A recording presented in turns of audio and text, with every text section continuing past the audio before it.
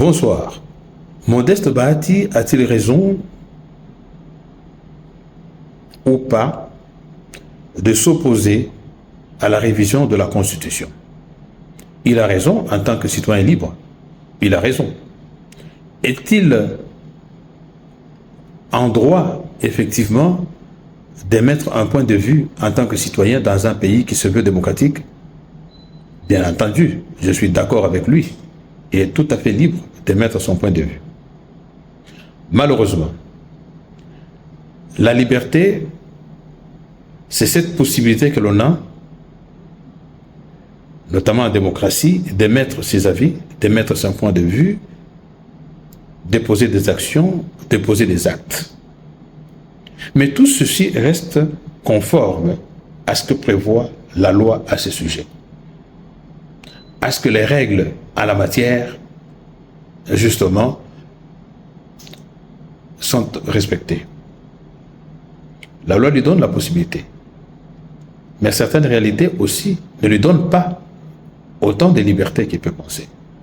Pour la simple et bonne raison, lorsqu'il parle comme AFDC, un parti politique qui fait partie de l'Union sacrée. Je pense que s'il y a un débat en interne au niveau de l'Union sacrée, c'est là qu'il faut dire cette vérité. Mais si c'est pour intéresser le public, ceci montre qu'on commence une rébellion. Ceci montre qu'on n'est plus en odeur de sainteté avec ces structures, avec le regroupement, avec ce regroupement-là.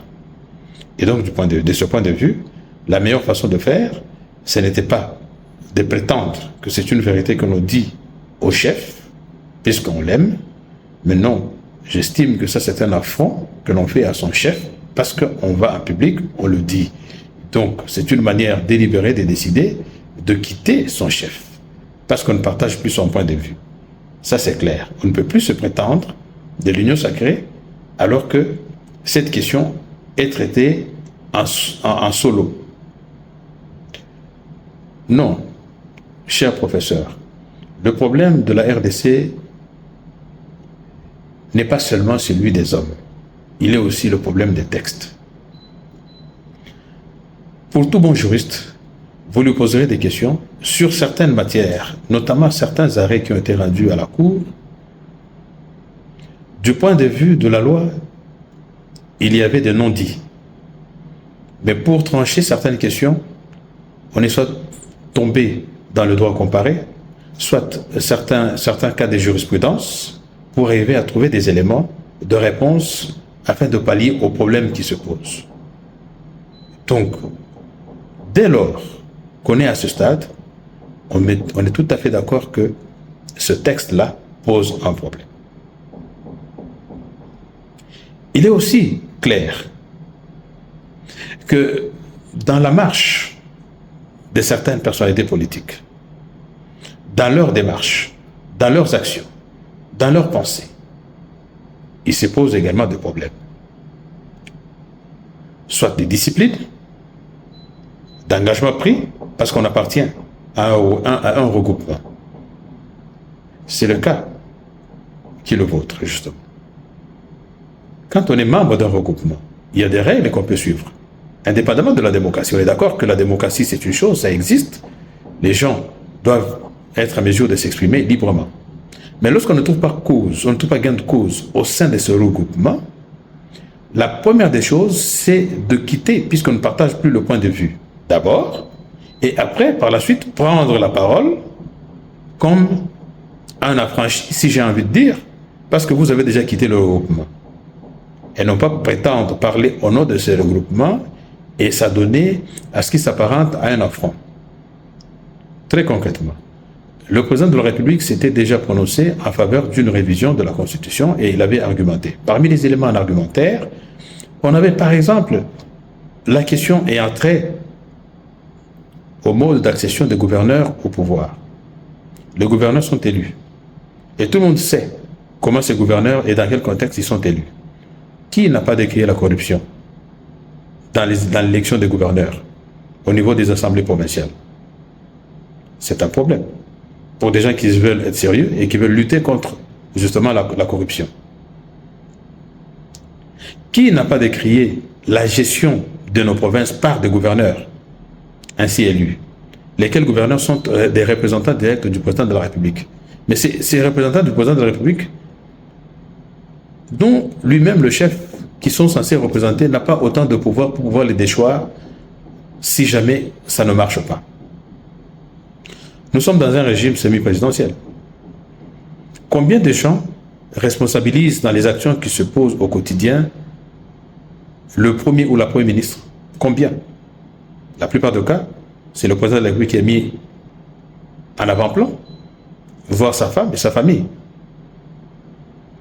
Doit-on continuer avec ce régime politique, le semi-présidentiel, où il y a partage de responsabilités, mais leurs regards sont plutôt tournés vers celui qui a été élu au suffrage universel? Ne trouvez-vous pas qu'il est possible, effectivement, avec nos habitudes? Parce que quand ça ne va pas, qu'est-ce qu'on dit? Papa président, allez la bisoli Kambokoyo. C'est le président de la République qui est le responsable. C'est le président de la République, tout c'est sur le président de la République. Pourquoi serait-il mauvais de donner plus de pouvoir au président de la République de manière à ce qu'il soit vraiment responsable en répondant à toutes les questions? Parce que justement, finalement, tout le monde s'adresse à lui. Pourquoi ne pas penser à un régime plutôt présidentiel qu'à rester dans le semi-présidentiel qui a prouvé ses limites? Mais toutes ces choses ne peuvent arriver que si la Constitution est modifiée, si la Constitution est touchée, et si la Constitution est finalement changée dans son entièreté. Alors, je crois que vous n'avez pas raison de dire que on ne peut pas modifier la Constitution parce qu'il ne se posait pas un problème de texte. Mais en même temps, dans votre point de presse, vous dites mais que ceux qui ont des idées, dans le sens qu'ils viennent, on s'assoit autour d'une table pour parler. Mais on va s'asseoir autour d'une table pour parler de quoi? Chers messieurs, je rappelle que si aujourd'hui les rebelles que vous n'avez pas dénoncés lorsqu'ils ont pris Bukavu, votre chef électoral, arrivent ici, ils vont modifier la Constitution. Ces mêmes rebelles ont parlé d'instaurer le fédéralisme alors que nous sommes dans un État unitaire. Mais si jamais leurs revendications passent, comment cela pourra-t-il être possible pratiquement si la Constitution n'est pas changée? Vous voyez que le problème n'est pas celui des hommes seulement, des textes seulement. Le problème, c'est aussi celui des hommes. Parce qu'on ne veut pas aller réfléchir. On ne veut pas aller voir les choses telles qu'elles se passent pour pouvoir poser un diagnostic et prendre des décisions. Donc le problème, c'est aussi celui des hommes. À côté des textes, il y a le problème des hommes. Voilà pourquoi il faut commencer par résoudre l'un après l'autre. Et moi, je pense que la première des questions, c'est déjà le texte lui-même qu'il faut modifier. Et des hommes capables de changer, de modifier ce texte existent. Pas des hommes qui ne voient que leur propre intérêt. Je pense pour ma part que votre sortie médiatique est un raté.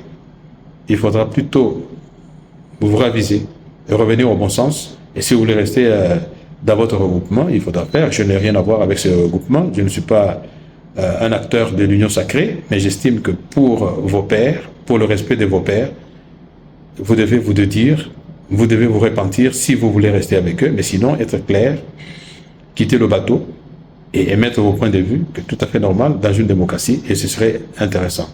Pour ma part, je pense que ce serait la meilleure voie pour vous. Mais sinon, s'il faut continuer de parler de l'union sacrée et rester dans ces genres de positions, c'est créer des conflits, et le conflit, c'est inutile. Merci et à très bientôt.